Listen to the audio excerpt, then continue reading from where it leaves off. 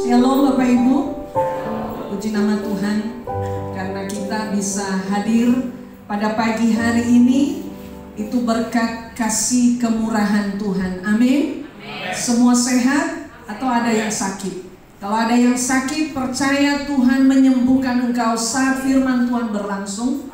Dan dengan iman yang sungguh kepada Tuhan. Nah, pagi hari ini kita mau melihat seorang tokoh yang dipilih menjadi orang penting di suatu negara.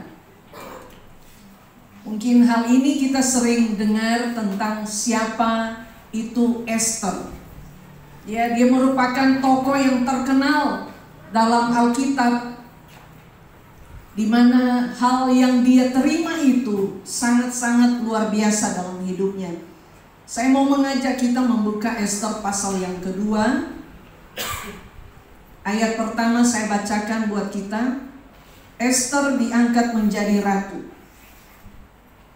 Sesudah peristiwa-peristiwa ini, setelah kepanasan murka Raja Ahasweros surut, terkenanglah Baginda kepada Wasti dan yang dilakukannya, dan kepada apa yang diputuskan atasnya. Maka sembah para biduanda, raja yang bertugas pada Baginda. Hendaklah orang mencari bagi raja gadis-gadis, yaitu anak-anak dara yang elok rupanya. Hendaklah raja menempatkan kuasa-kuasa di segenap daerah kerajaannya, supaya mereka mengumpulkan semua gadis, anak-anak dara yang elok rupanya, di dalam benteng Susan, di balai perempuan, di bawah pengawasan Hegai, sida-sida raja, penjaga para perempuan. Hendaklah diberikan wangi-wangian kepada mereka, dan gadis yang terbaik pada pemandangan raja, baiklah dia menjadi ratu ganti Wasti. Hal itu dipandang baik oleh raja, lalu dilakukannya. Sampai di sini dulu, Bapak Ibu serta saudara. Kalau kita perhatikan kenapa Esther dipilih nantinya menjadi pengganti dari Ratu Wasti. Kilas balik sedikit tentang sikap Ratu Wasti dan suaminya Raja Ahasweros. Kalau kita perhatikan di pasal yang pertama ayat 3 dikatakan begini. Pada tahun yang ketiga dalam pemerintahannya, maksudnya Ahasweros setelah jadi raja, diadakanlah oleh Baginda perjamuan bagi semua pembesar dan pegawainya, tentara Persia dan Media, kaum bangsawan dan pembesar daerah hadir di hadapan raja. Di samping itu Baginda memamerkan kekayaan kemuliaan kerajaannya dan keindahan kebesarannya yang bersemarak berhari-hari lamanya, sampai 180 hari. Setelah genap hari-hari itu, maka raja mengadakan perjamuan lagi 7 hari lamanya bagi seluruh rakyatnya yang terdapat di dalam benteng Susan, daripada orang besar sampai kepada orang kecil, bertempat di pelataran yang ada di taman istana raja. Nah, Bapak Ibu serta saudara yang dikasihi oleh Kristus Yesus, kita membaca tadi bagaimana Raja Ahasweros berkuasa. Dan pada tahun yang ketiga pemerintahannya, Raja Ahasweros ada kebiasaan pada zaman itu untuk memamerkan kekayaan, harta yang dia miliki dalam istananya. Dan tidak ketinggalan juga dia memamerkan istrinya. Karena saya percaya menjadi istri seorang raja itu tidak mungkin sembarang wanita. Tidak mungkin wanita yang tidak cantik. Nah, saat itu Raja Ahasweros memiliki seorang istri. Istri pertamanya yaitu Ratu Wasti. Ratu Wasti adalah sesuai dengan namanya. Kalau nama Wasti itu atau Vasti itu bahasa Persia kuno, artinya yang diinginkan atau yang terbaik. Jadi yang diinginkan, seorang laki-laki akan menjatuhkan pilihannya terhadap seorang wanita yang diinginkannya. Betul ya? Bagi kita yang sudah berkeluarga, kan kita menikah sama pasangan kita karena kita yakin menjatuhkan pilihan kita kepadanya. Jadi Wasti ini orang yang diinginkan, yang terbaik. Jadi dari semua perempuan, dia yang terbaik sesuai dengan namanya. Jadi kalau menurut saya, kecantikan itu juga relatif loh. Karena cantik di mata Ahasuerus belum tentu cantik di mata laki-laki lain. Betul ya? Pasangan kita, suami kita, dia mau menikah dengan kita karena dia lihat kita cantik, walaupun di mata orang belum tentu cantik. Jadi cantik itu relatif. Tetapi saat itu Raja Ahasuerus mengundang semua pembesar-pembesar dari daerah-daerah lain. Ya, kita tahu bahwa ada 127 provinsi yang dikuasai oleh Ahasuerus, dan dia pamerkan kekayaannya yang ada di istana. Dia menjamu para pembesar-pembesar saat itu. Bahkan dikatakan selama 180 hari. 180 hari sama dengan berapa bulan itu? 1 bulan 30 berarti 6 bulan. Ya, selama 6 bulan mau makan minum. Ya, minuman keras semua disajikan, makanan-makanan yang spesial dikeluarkan semua. Apa yang raja nggak bisa buat? Dan dia juga mungkin saat itu berbincang dengan para pembesar.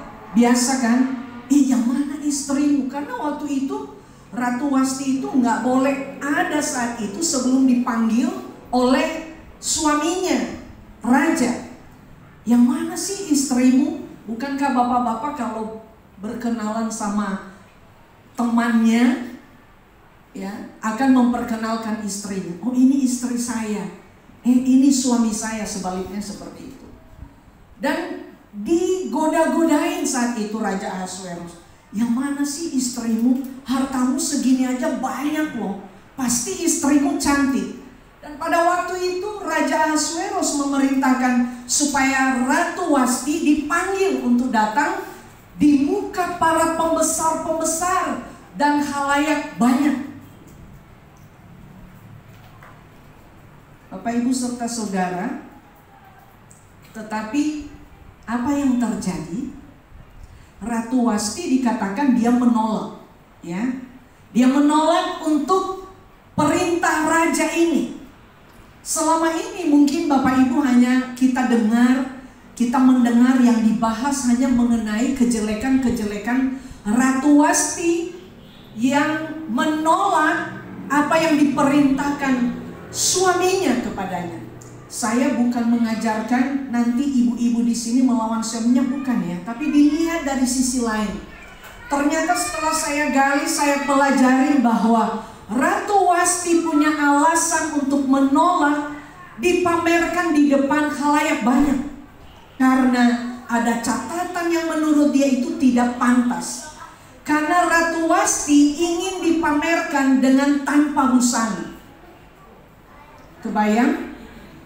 Jadi ada hal-hal yang harus kita tolak di sana. Suaminya ingin memamerkan kecantikan dari Ratu Wasti tersebut. Tapi Ratu Wasti menolaknya dengan hal itu. Beberapa penafsir mengatakan Ratu Wasti menolak karena dia disuruh telanjang di depan para tamu Raja Ahasuerus. Ya pastinya orang yang punya akal sehat, orang yang masih waras, dia akan menolak. Jadi di sini tidak berlaku tunduk kepada suami. Ada hal-hal yang harus kita lawan, ada hal-hal yang harus kita tidak ikuti kalau tidak sesuai dengan kebenaran firman Tuhan. Ratu Wasti menolak adanya perlakuan diskriminasi derajat seorang wanita di mata para laki-laki. Wasti menunjukkan rasa emansipasinya sebagai wanita yang punya harkat martabat juga di depan para lelaki lain. Nah, tetapi dalam Midras, Wasti digambarkan sebagai orang jahat. Seperti yang selama ini kita dengar, oh dia jahat, dia melawan suaminya, tanpa kita melihat background dari cerita ini. Nah, Bapak Ibu akan mengerti nanti kenapa Wasti menolak hal itu. Namun di tafsiran feminis dari kisah hari raya Yahudi, yaitu hari raya Purim, Wasti dilihat sebagai pahlawan wanita yang berpikir independen atau mandiri. Masih ingat kita pahlawan di Indonesia yaitu Kartini. Terima kasih. Kartini, dia melawan perlakuan diskriminasi atas anak-anak perempuan di bangsa Indonesia yang tidak perlu lulus sekolah, balik-balik nanti ke dapur katanya. Ya, tapi dia melawan hal itu, dia sekolah. Itulah sebabnya saya bisa ada di belakang mimbar ini. Saya bisa melayani karena selain kemurahan Tuhan, ada pendobrak hak-hak yang semestinya dimiliki oleh semua kalangan, sama derajat di mata Tuhan. Bapak Ibu serta saudara, kita tinggalkan sejenak tentang Ratu Wasti. Itu bisa kita bahas nanti. Wah, itu pasti seru. Nah, kita masuk ke topik tentang Esther. Kenapa akhirnya Esther menjadi pengganti Ratu Wasti? Ratu Wasti juga dengan perlakuan menolak apa yang dimintakan oleh suaminya, memberikan kesempatan kepada Esther untuk mengetahui rencana Allah atas hidupnya. Dari keadaan bukan siapa-siapa. Tahu kan kita bahwa Esther merupakan salah seorang buangan saat itu. Dia bersama dengan pamannya. Jadi pamannya ini namanya Mordekai. Mordekai ini mengasuh Hadasa ini atau Esther ini dari kecil karena dia merupakan anak yatim piatu. Dia dipelihara sampai besar, sampai di pembuangan juga pamannya ini yang mengasuhnya, membesarkan dia. Nah, pada waktu tadi kita baca pasal 2 bahwa diumumkan ke seluruh daerah untuk mencari anak-anak gadis dan yang cantik untuk menjadi pengganti Ratu Wasti. Bapak Ibu serta saudara, lagu tadi kita dengar di lagu pertama, kalau saya nggak salah, nggak punya dasar untuk berharap. Esther ini nggak pernah ada pikirannya mau jadi apa. Sudah bisa diterima aja, sudah bisa diperlakukan secara adil saja dengan masyarakat penduduk asli. Itu bagi dia sudah luar biasa.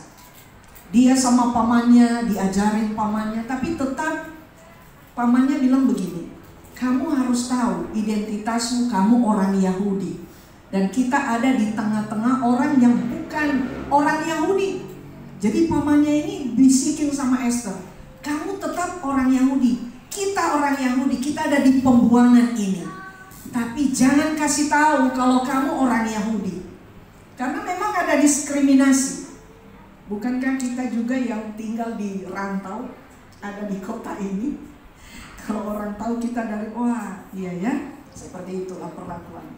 Kita ada di bangsa ini pun perlakuan yang dibuat bagi orang-orang percaya dengan orang-orang yang belum percaya berbeda sekali. Banyak contoh-contoh yang kita sudah lihat dan kita dengar.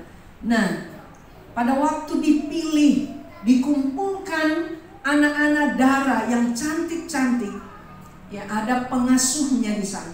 Mereka dikasih wewangian. Bayangkan mereka aja dikasih wewangian. Wah, diurus sama orang-orang yang ditugaskan oleh raja 6 bulan loh. Kita hanya pakai parfum tadi ya. Sudah harum. Ini 6 bulan diparfumin, diwangi-wangi, dikasih rempah-rempah supaya kalau nanti dia masuk di kerajaan, ya, ketemu sama raja, Baru dari halaman harumnya udah semerbak kemana-mana seperti iklan di TV. Padahal nggak kayak gitu ya, keluar bunga dari dalam badan orang. Nah, 6 bulan dipermak. Saudara yang kekasih, Esther ini dipilih menjadi ratu, kira-kira saingannya berapa orang? Ada berapa? Puluhan? Ribuan? Jutaan? Miliaran? Tetapi Tuhan yang buat mata raja hanya tertuju kepada yang namanya Esther. Miliaran penduduk dunia, tapi Bapak Ibu bisa menjadi anak-anak Tuhan itu karena Tuhan menjatuhkan pandangannya kepada Bapak Ibu. Waktu Tuhan lihat mata Bapak Ibu, Dia bilang, ini dia anakku. Esther banyak saingannya, saya katakan, nggak kalah cantik dengan dia. Jadi saya mau ulang lagi ya, kecantikan itu relatif. Tapi yang paling penting, kecantikan hati seseorang. Karena apa yang terpancarkan dari muka seseorang adalah isi hatinya. Kalau saya marah sama anak-anak, nggak mungkin muka senyum. Jadi bohong orang kalau bilang dia contohnya ngomong yang nggak benar, tapi hatinya baik. Enggak. Kalau saya marah sama orang, itu karena hati saya kesel. Jadi bapak-bapak, kalau istrinya sudah masam mukanya, itu dia udah marah itu. Kalau mukanya udah masam, itu karena mungkin hatinya sudah nggak tahan menahan hal itu, dan terpancarlah di wajah, dan terakhir keluar di mulutnya. Tapi kita sebagai anak-anak Tuhan diajar untuk bisa menguasai, mengontrol hidup kita karena ada firman dalam hidup kita. Banyak saingan Esther, tetapi Tuhan yang membuat semuanya itu terjadi. Di luar batas, melampaui batas. Tuhan bekerja melampaui batas. God walking beyond limit, melebihi batas apapun. Apa dasar harapan Esther bisa menjadi ratu? Enggak ada. Dia anak yatim piatu, dia seorang buangan, seorang tawanan. Enggak berharap sama sekali. Tidak ada dasar untuk berharap. Tapi dia tahu bahwa kalau Tuhan yang sudah menentukan itu, nggak ada juga yang bisa ganggu gugat hal itu. Itu mutlak untuk kita, itu mutlak untuk Esther. Pertanyaannya, apakah Bapak Ibu serta saudara ada dalam posisi seperti Esther saat ini? Anak yatim piatu, bukan orang hebat, bukan berasal dari keluarga yang luar biasa. Mungkin kita dari keluarga yang biasa-biasa saja. Mungkin kita anak yatim piatu. Mungkin ayah ibu kita nggak peduli terhadap kita. Mungkin dalam kita punya saudara, dari sekian punya saudara, ada perlakuan-perlakuan yang berbeda yang kita terima. Tapi ingatlah, Tuhan menyambut kita. Amin. Ingatkah pada waktu Raja Daud merasa tertolak oleh keluarganya, ayah dan ibunya? Pada waktu peristiwa Nabi Samuel datang ke rumahnya Isai, ya, bapaknya Daud ini. Pada waktu Nabi Samuel datang untuk mengurapi anak-anak dari Isai yang akan dipilih menjadi raja, yang ditonjolkan siapa?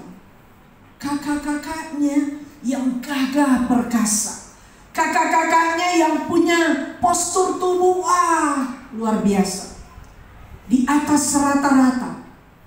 Tapi ayah dan ibunya menganggap remeh Daud, tidak diperhitungkan saat itu, bahkan tidak diingat. Mungkin kalau Nabi Samuel tidak bertanya, apakah Pak Isai hanya ini anak-anakmu? Mungkin dia nggak akan ingat Daud. Karena waktu itu Daud ada di padang untuk menggembalakan kambing domba. Nggak dipandang, nggak diingat, nggak masuk nominal. Jangankan orang lain, bapak sama ibunya nggak memandang Daud ini punya hal yang spesial dalam hidup. Mereka memandang dia sebagai bocah cilik. Mereka menganggap dia sebagai anak yang paling kecil, yang tidak tahu apa-apa, hanya taunya nganun kambing domba, yang setiap hari dia harus ke padang memberikan makan kambing dombanya. Tapi itulah yang disampaikan, dinyanyikan, dipujikan oleh Raja Daud dalam Mazmur. Kita lihat dalam Mazmur, dia katakan begini. Mazmur 27 ayat 10. Sekalipun ayah dan ibuku melupakanku, menolakku, tidak mengindahkanku, namun ada Tuhan yang menyambutku. Bapak Ibu serta saudara, Tuhan selalu menyambut orang-orang yang rendah hati di hadapan Tuhan. Ini adalah latar belakang Raja Daud mengatakan, sekalipun ayahku dan ibuku melupakanku, namun Allah menyambutku. Allah menyambut kita semua. Nggak usah peduli orang mau bilang apa. Mungkin kita punya saudara yang kaya, mungkin kita punya keluarga yang terpandang, tapi pada saat mungkin kita membutuhkan bantuan mereka, tangan tidak terulur. Bapak Ibu nggak usah kaget. Itu bukan hanya kepada Bapak Ibu terjadinya, tapi itu sudah terjadi kepada Raja Daud pada waktu dia belum siapa-siapa. Pada waktu Daud yang bocil ini masih bau kambing domba, karena setiap hari dia bergelut dengan kambing itu. Boro-boro harum, boro-boro pakai parfum. Mungkin mandi pun nggak keuber, nggak sempat. Karena bapaknya mungkin, ayo kasih makan kambing domba kita, nanti lari. Apakah kita sedang merasakan hal itu saat ini? Apakah Bapak Ibu menganggap bahwa Tuhan gak ada yang peduli sama saya? Tuhan, kenapa Tuhan membiarkan ini terjadi? Hal yang perlu kita lakukan dalam hidup kita seperti Esther. Esther ini selalu dengar-dengaran akan perkataan pamannya. Apa yang dikatakan pamannya? Jangan kasih tahu kamu orang Yahudi ya.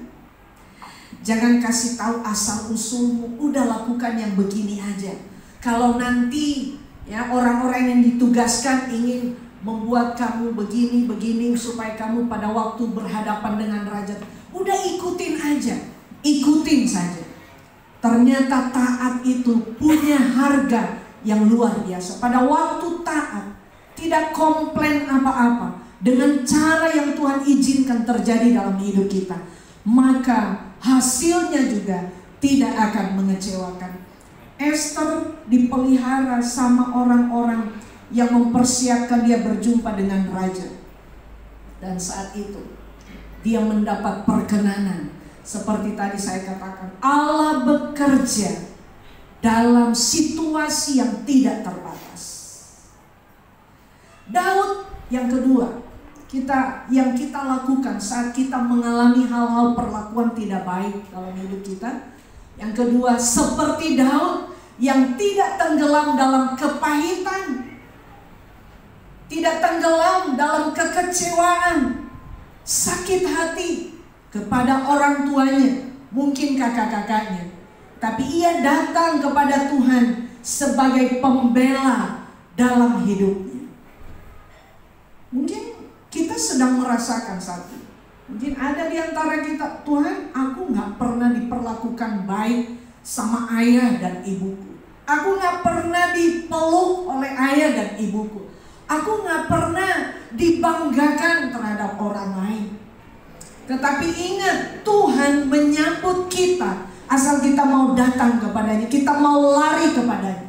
Jangan seperti Yudas Iskariot, ada penyesalan pada waktu dia melakukan hal yang tidak baik terhadap gurunya, tetapi celakanya dia tidak kembali kepada Tuhan.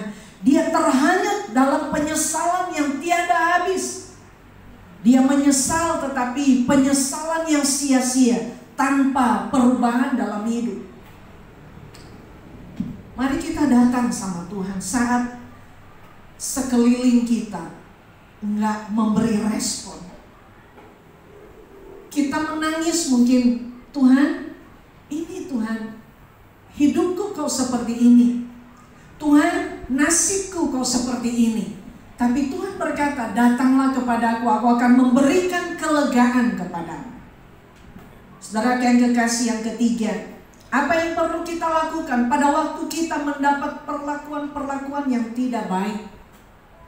Supaya kita mendapat perkenanan kepada Tuhan. Nantikan tanda dari Tuhan saat saudara dijatuhkan pilihan Tuhan atas hidupmu. Seperti Esther menantikan saat-saat atau detik-detik waktu Raja Ahasweros menaruhkan mahkota kerajaan di atas kepalanya. Menantikan itu dari sekian yang lewat, anak-anak darah yang cantik, semua harum, perlakuannya sama semua. Tetapi kenapa Esther? Jangan lupa Bapak Ibu, bahwa Allah bisa membalikkan segala keadaan. Apa yang mustahil bagi Esther, apa yang mustahil bagi saya, apa yang mustahil bagi Bapak Ibu, tidak ada yang mustahil bagi Tuhan. Kalau Allah melaksanakannya, itu pasti terjadi. Jadi pada waktunya, pada tepat waktunya, saat-saat sudah mepet pun, Tuhan bisa lakukan itu atas hidup kita. Contoh dari Ratu Esther, dia berpasrah kepada Tuhan. Dia melakukan hal yang diperintahkan oleh pamannya. Dia tidak protes. Kalau kita mau melihat kuasa Allah terjadi dalam hidup kita, mari kita tidak protes. Mari kita menurut kepada Tuhan. Mari kita lakukan bagian kita. Katakan, selebihnya Tuhan, kuserahkan kepadamu. Aku udah mengerjakan bagianku. Aku udah bekerja setiap hari. Aku udah sekolah setiap hari. Aku udah kuliah Tuhan. Saya udah belajar Tuhan. Tapi biar selebihnya Tuhan yang lakukan. Tuhan yang akan berperkara. Tuhan akan melakukan lebih dari apa yang mampu aku lakukan. Itu yang terbaik dalam hidup kita. Kebenaran firman Tuhan pagi ini, yang pertama, beri hidup kita dituntun oleh Tuhan. Mari kita mengikuti hal-hal yang Tuhan mau dalam hidup kita. Karena Tuhan lebih tahu apa yang terbaik. Supaya rencana Allah yang Dia sudah susun atas hidup kita itu terlaksana. Puji nama Tuhan. Demikian firman Tuhan. Biarlah firman Tuhan menjadi berkat bagi kita semuanya. Amin.